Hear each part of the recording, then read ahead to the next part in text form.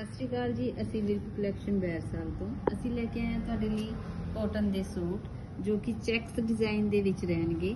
ਇਸ ਦੇ ਉੱਪਰ ਜੋ ਫਲਾਵਰ ਦਿੱਤੇ ਨੇ ਇਹ ਵੀ ਡਿਜੀਟਲ ਪ੍ਰਿੰਟ ਹੈ ਔਰ ਫਰੰਟ और इस दे बैक ते भी सेम डिजाइन रहेगा और इस दी बाजू ते भी फ्लावर आएंगे और बैक साइड ते भी फ्लावर दिता गया है।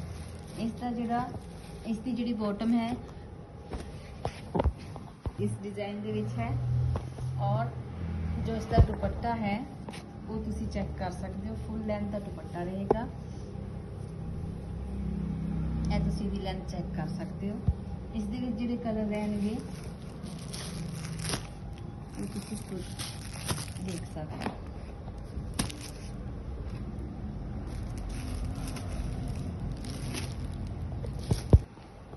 इस दे विच कलर रहणगे। जो इसका प्राइस है 550 रुपए फ्री शिपिंग के नाल तुहाडे घर तक पहुंच जाएगा। So thank you.